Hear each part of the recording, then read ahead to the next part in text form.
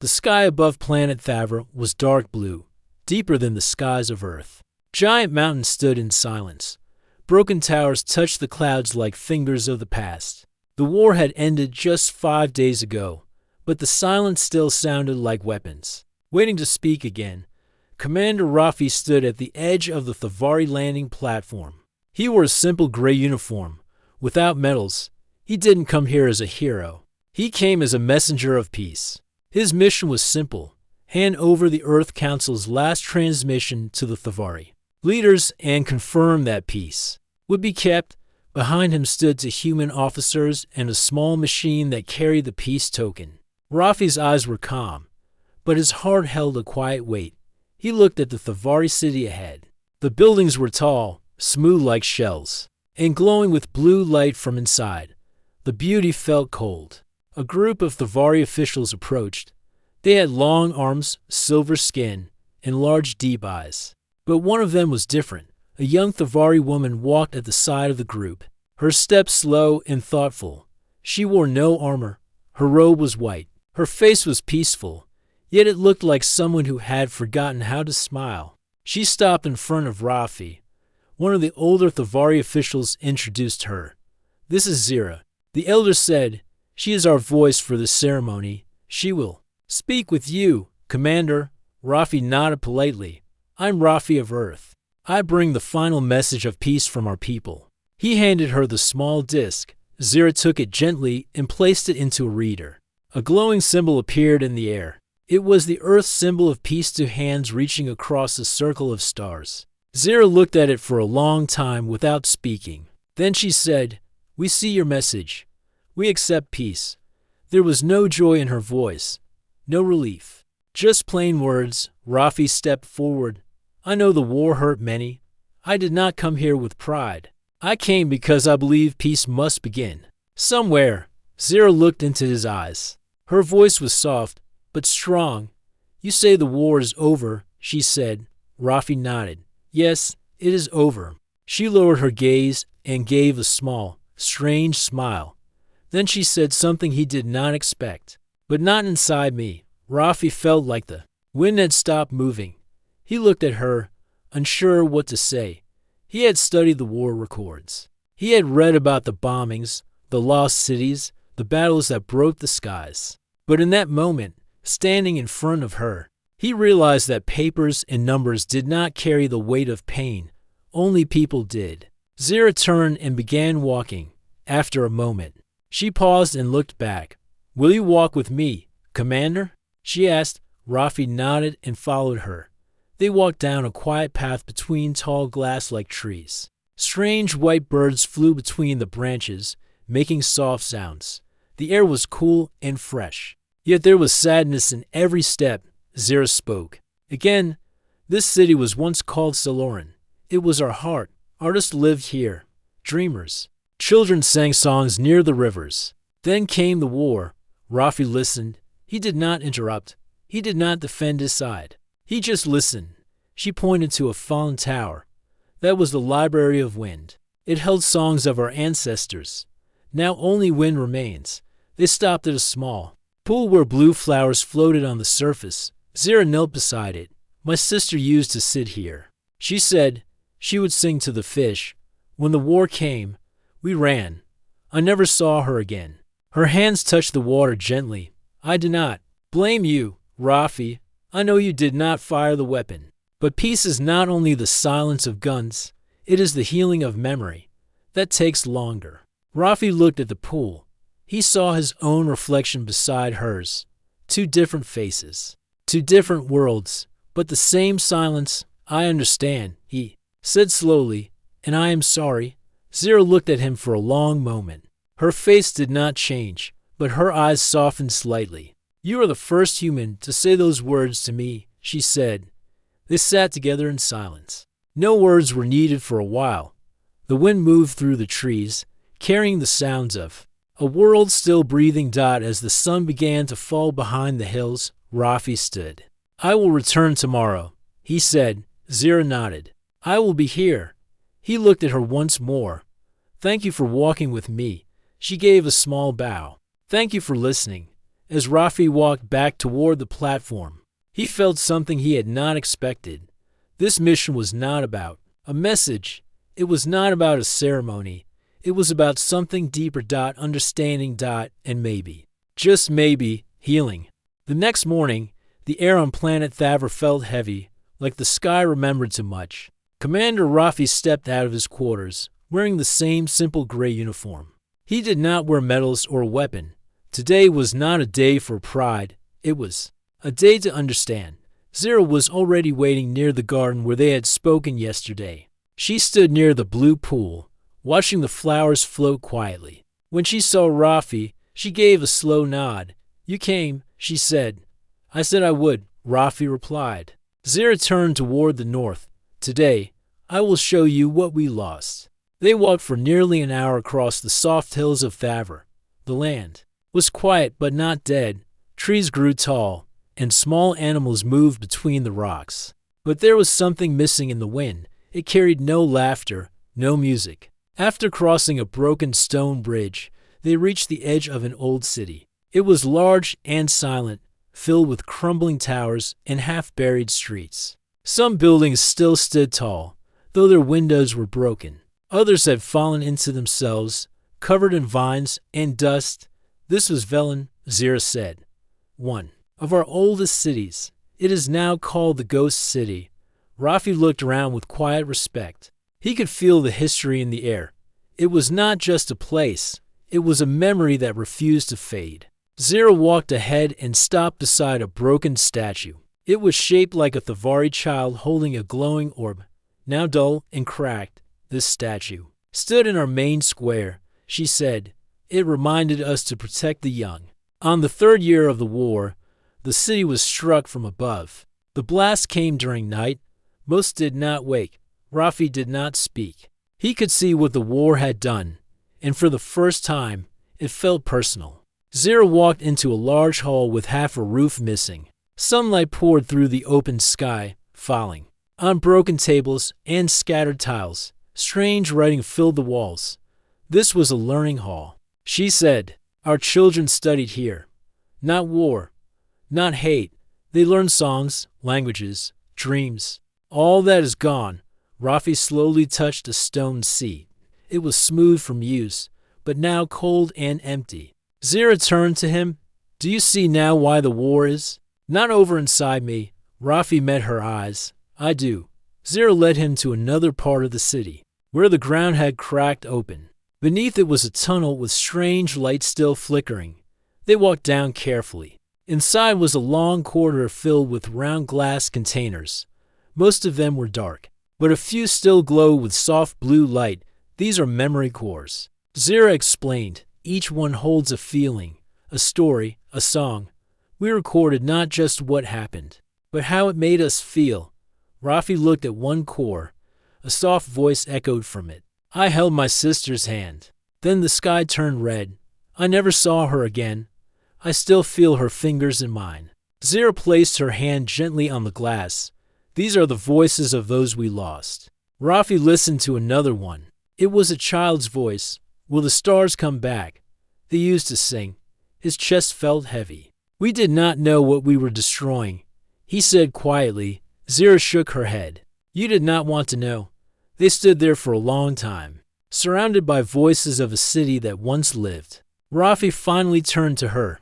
"Why show me this?" "Because peace is not made with words," Zira said.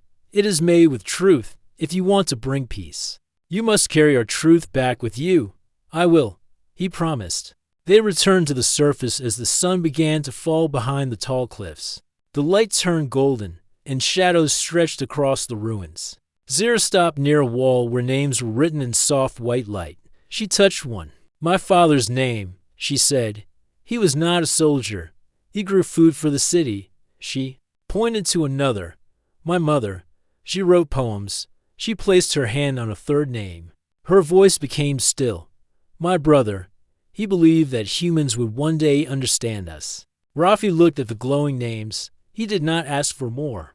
He only placed his hand on his chest in respect. As they walked back, the wind picked up slightly. The sound of the broken city whispered behind them. Rafi spoke softly. We cannot bring back what was lost, but maybe we can make sure it never happens again." Zira did not answer right away. When she did, her voice was calm. "That is not enough. You must teach others to feel what we feel. Only then can we build something new." Rafi nodded. "Then help me do that." They reached the hills once more.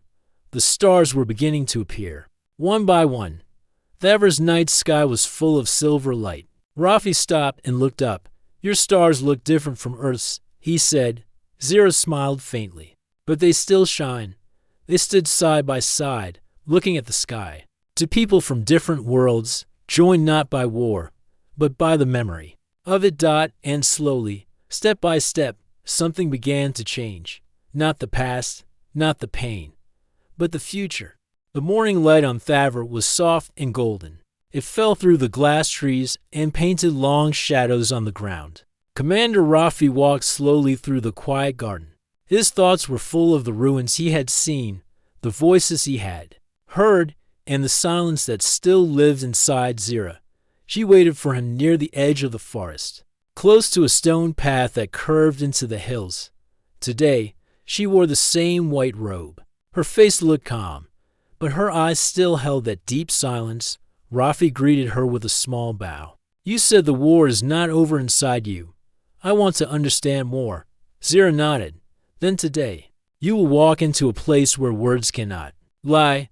You will see not with your eyes, but with your heart." She led him up the path. They climbed for some time, passing strange plants and floating lights that followed their steps. Finally, they reached a round building made of smooth black stone.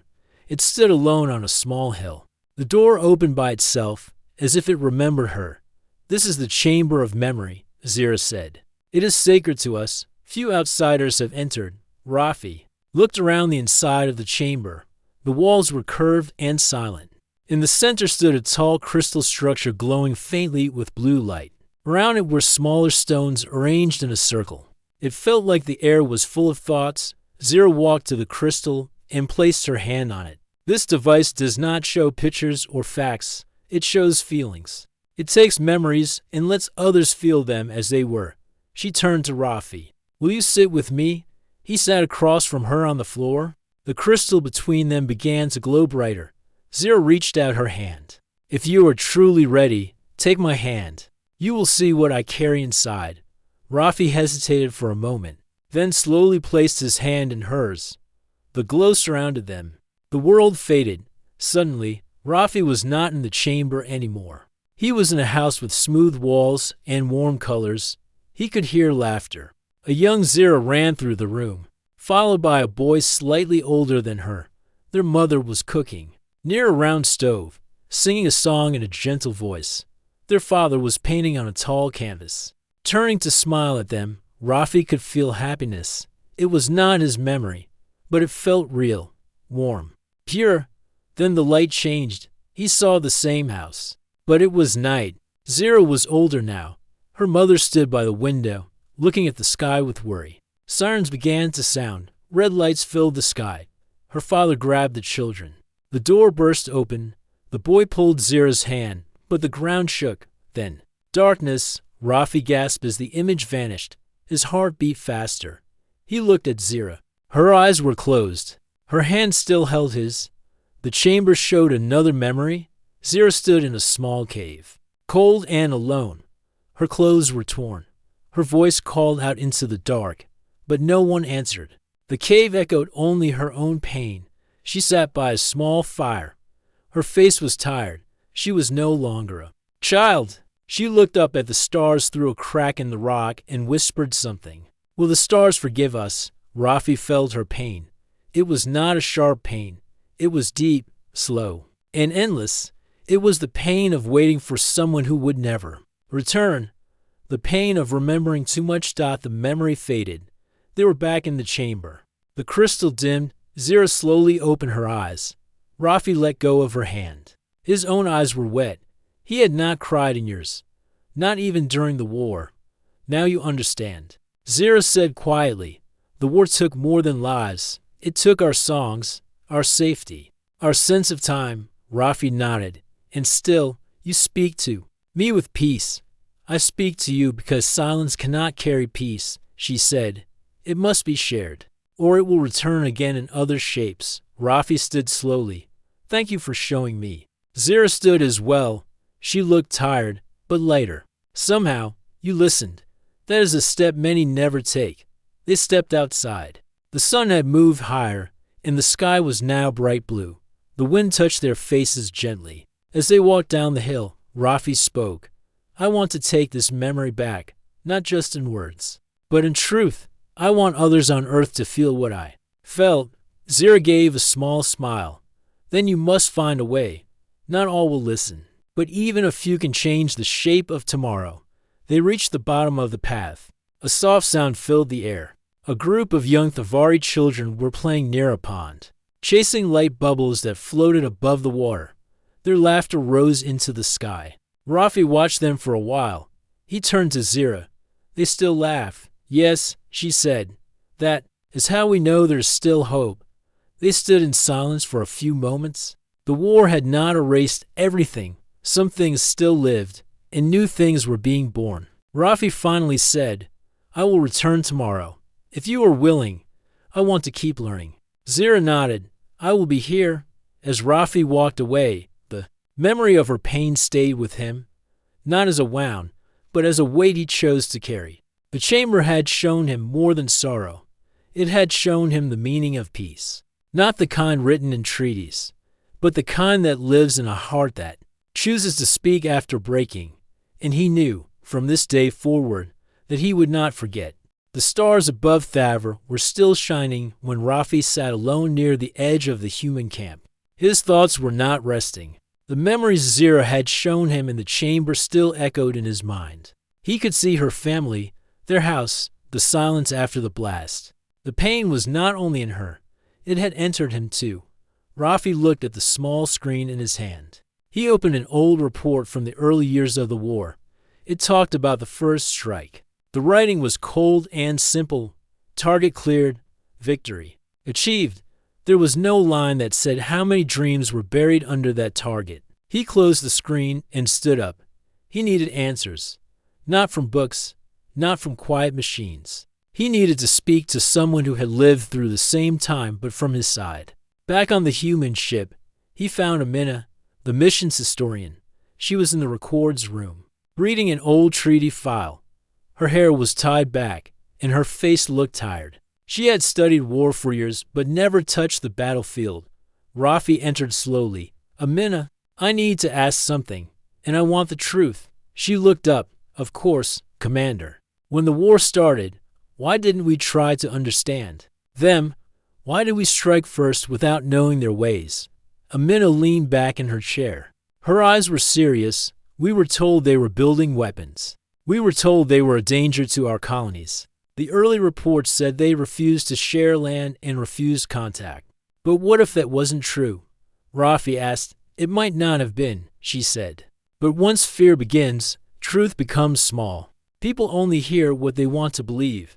Rafi sat across from her. I saw their memory chambers. I heard the voices of children.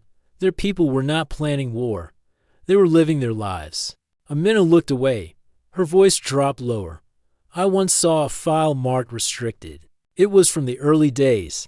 It said a Thavari message had been received before the war began, a peaceful message. But it was never answered. That file was sealed. I wasn't allowed to copy it. Rafi's hands tightened. So we attacked before they even had a chance. Yes, Amina said. But once the first ship fell, there was no turning back. Earth needed a reason to unite. War gave it one. Rafi stood slowly. Then our peace is built on silence. Amina nodded. And if we want a better peace, we must break that silence. Rafi thanked her and left the room. Outside, the wind had picked up. It carried the scent of Thavari plants, sweet and sharp. He looked toward the hills, where Zira would be waiting. But before he could go to her, he turned back and sent a message to the Earth Council. He requested full access to early war records. He knew the answer might not come quickly, but he had to start out later that day. He found Zira near the memory pool. She sat quietly, her feet touching the water, her eyes lost in thought. I spoke. To our historian, Rafi said, she believes Earth knew more than it told. Zira looked at him. I already knew that. What matters is what you do with that knowledge. I want to tell your story, Rafi said. Not just yours, but your people's. I want others to hear what I heard, to feel what I felt. Zira stood. Then you must return home one day and speak with truth, even if others turn away, even if they call you wrong. I will, Rafi said. Zira nodded. Then I will help you. They began walking along the water. Small fish swam beside them in the stream. A soft glow rose from the plants, lighting their path. Zira turned to him. Do you know why our people record feelings instead of only facts? Because feelings are what live inside us, Rafi said. Yes, Zira replied. Facts can be changed, hidden, or forgotten. But pain leaves a mark. Joy also leaves a mark. That is how we remember truth. They reached a large stone in the center of the garden. It was flat and shaped like an open hand. Zira placed her palm on it. A soft light rose from the stone, showing an image of her brother. He stood near a river, smiling. He believed in peace, she said, even when the sky burned. Rafi watched the image. It flickered but stayed strong. My brother once said that humans were not the enemy. He said the enemy was fear. Rafi looked at her. Then I want to fight that enemy. Zira turned to him. Then you are already doing it. They sat together. In silence, above them, the sky changed color as the evening approached. A soft red light touched the tops of the trees. Rafi thought of Earth. He thought of his own people. Would they listen if he told them the truth? Would they care about a memory that did not belong to them? Zira touched the water and watched them. Ripples spread. You cannot force others to understand, she said, but you can offer them a mirror. Let them see. Let them choose. I will need help, Rafi said. You will have it, Zira replied. As the stars returned to the sky, a light breeze moved the trees. The memory garden behind them began to glow softly in the quiet of that evening. Something inside Rafi changed. He no longer saw Zira as a symbol of the enemy or as a survivor of war. He saw her as a keeper of truth, a voice that had waited too long to be heard. And now, he was ready to carry that voice forward. Not with anger. Not with pride, but with honesty. The morning light on Thavre was soft again, but Rafi could feel something different in the air. It was not just the wind or the sounds of the trees. It was a feeling inside him, like a fire quietly rising. The past few days had changed him. He no longer felt like a visitor. He felt like a student learning from the soul of another world. Today, Zira had called him early. She sent a short message, come to the flame circle. He followed the path she had shown him before. It led beyond the memory garden, deeper into the hills.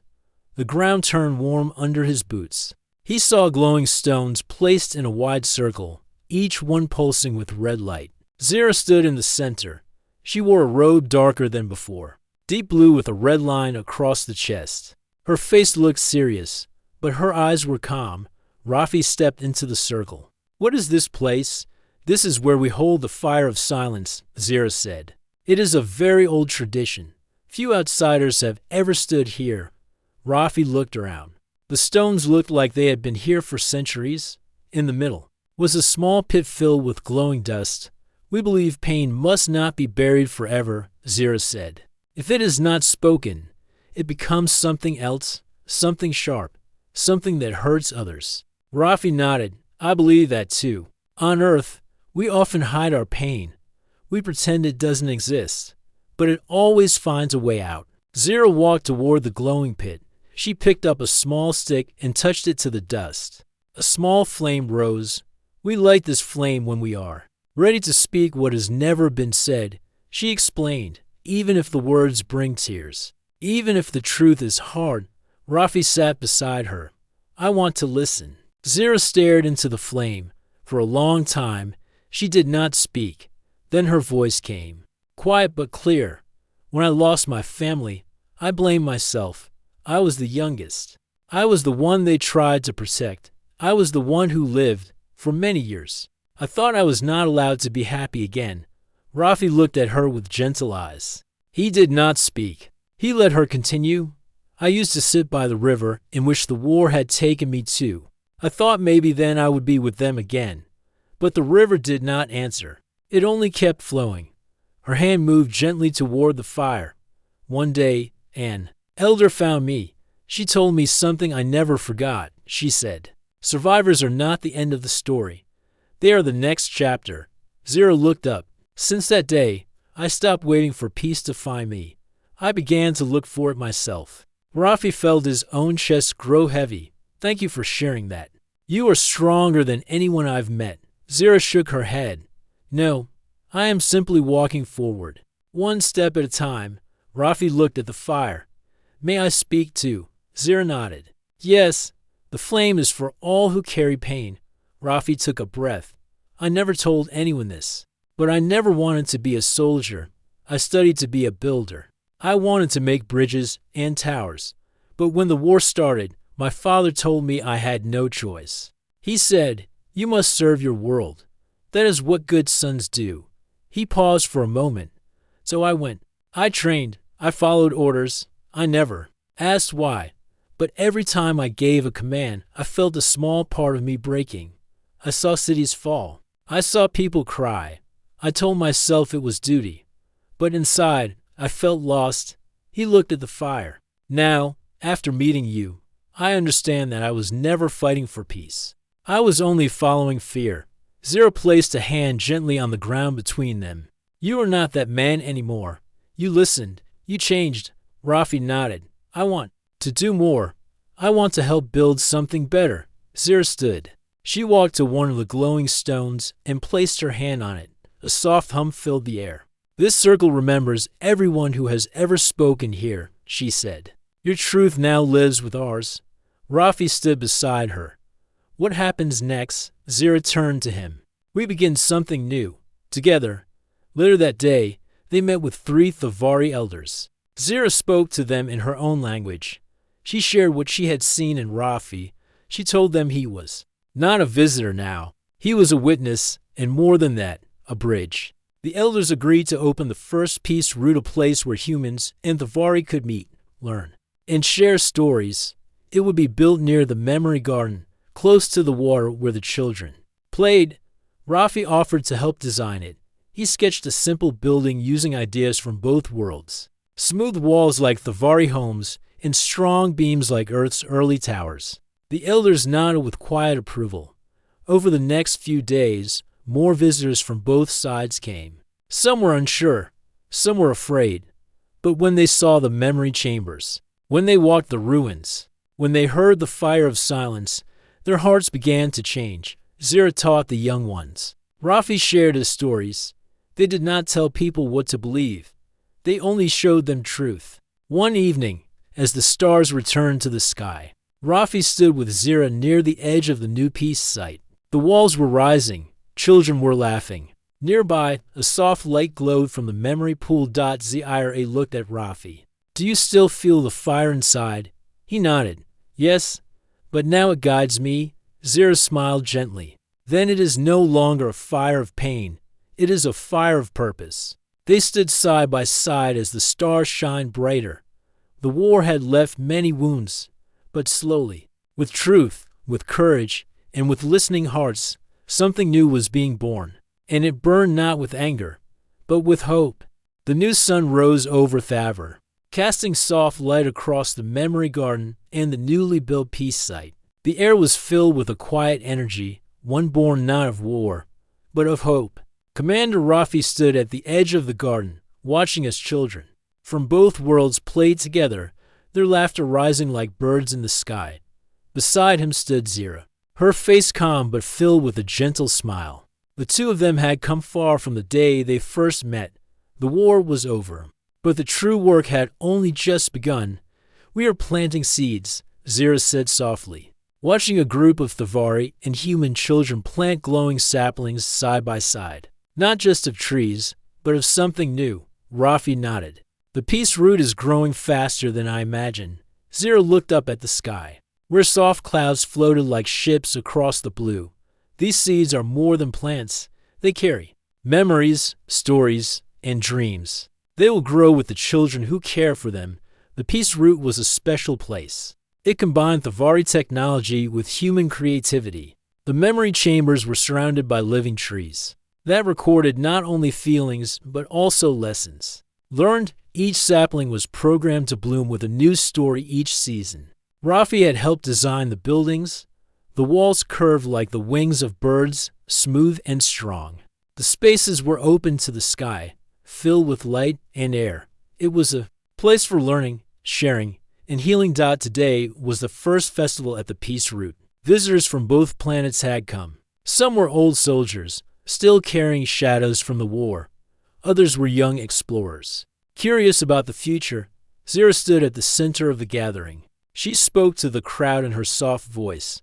This place is not just for remembering the past, it is for building the future. We plant these seeds to remind us that even after the darkest storms, life will find a way. Rafi stepped forward, his voice steady. War showed us our worst fears.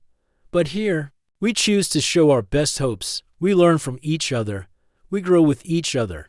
The crowd listened, some nodding, some wiping quiet tears after the speeches. The children gathered to plant new saplings. Rafi knelt beside a young boy from Earth named Sammy. Sammy's eyes were wide with wonder. Why do these trees glow? Sammy asked. Zira smiled and joined them. Because they carry the light of memory. They will tell stories to those who listen.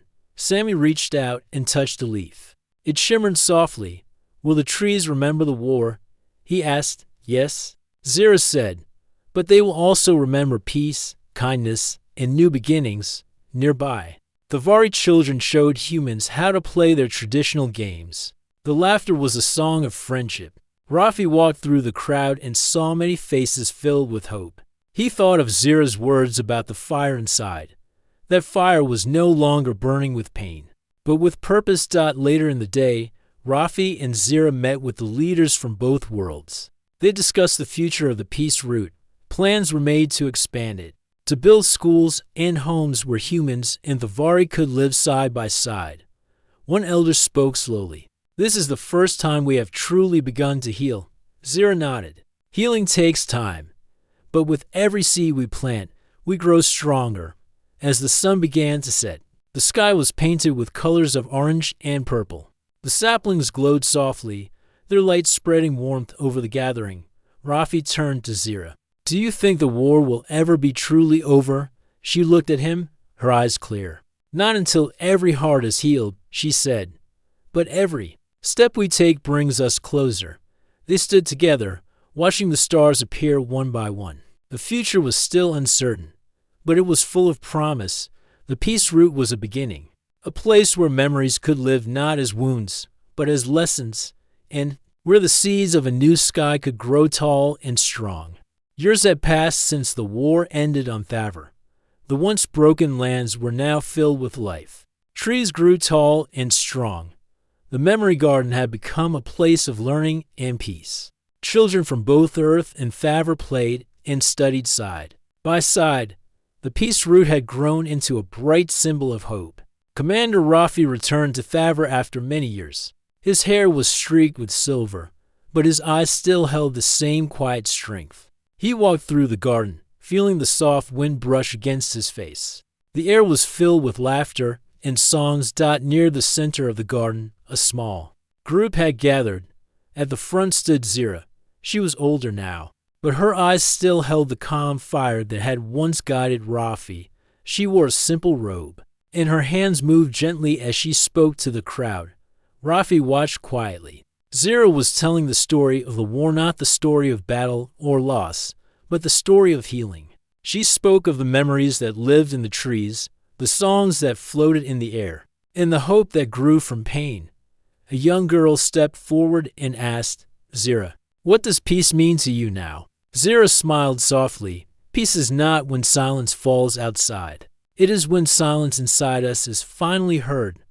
The crowd listened in quiet respect. Rafi stepped forward to join her. Together, they walked through the garden. They stopped near a tall tree glowing with soft blue light. The tree was a symbol of the memories of all who had suffered and survived. Zira placed her hand on the bark. This tree remembers everything. The laughter of children, the tears of loss, and the strength. to keep going. Rafi looked around. Do you remember the first day we met? Zira nodded. I do. You were not a soldier then. You were a man who wanted to understand. Rafi smiled. And you were a woman who carried the weight of many lives. They sat beneath the tree, the light wrapping them in a calm glow. Do you think the war is truly over now? Rafi asked. Zira took a deep breath. The war outside may be over, but the war inside many hearts takes longer. It takes time, kindness, and listening. Rafi looked at her. What can we do for those still carrying that war? Zira touched his hand gently. We must remind them they are not alone, that their pain is shared, and that together we can find peace. A group of children gathered nearby, holding small glowing leaves. They placed the leaves at the base of the tree. Each leaf carried a story, a hope, or a memory. Rafi watched them with hope. These children will grow knowing peace as a gift, not just a dream. Zira nodded. And they will teach others what we have learned. As the sun began to set, the sky filled with colors of gold and pink. The stars appeared softly above, shining brighter than before. Rafi stood and looked at the horizon. I never thought peace would feel like this. Zira smiled. Peace is not always loud. Sometimes it is a quiet smile after a long night. They stood together in the soft light, knowing that while the journey was not over, it was moving forward. The war had changed them all, but it had not broken them. Instead, it had planted seeds of hope, seeds that would grow for many years to come.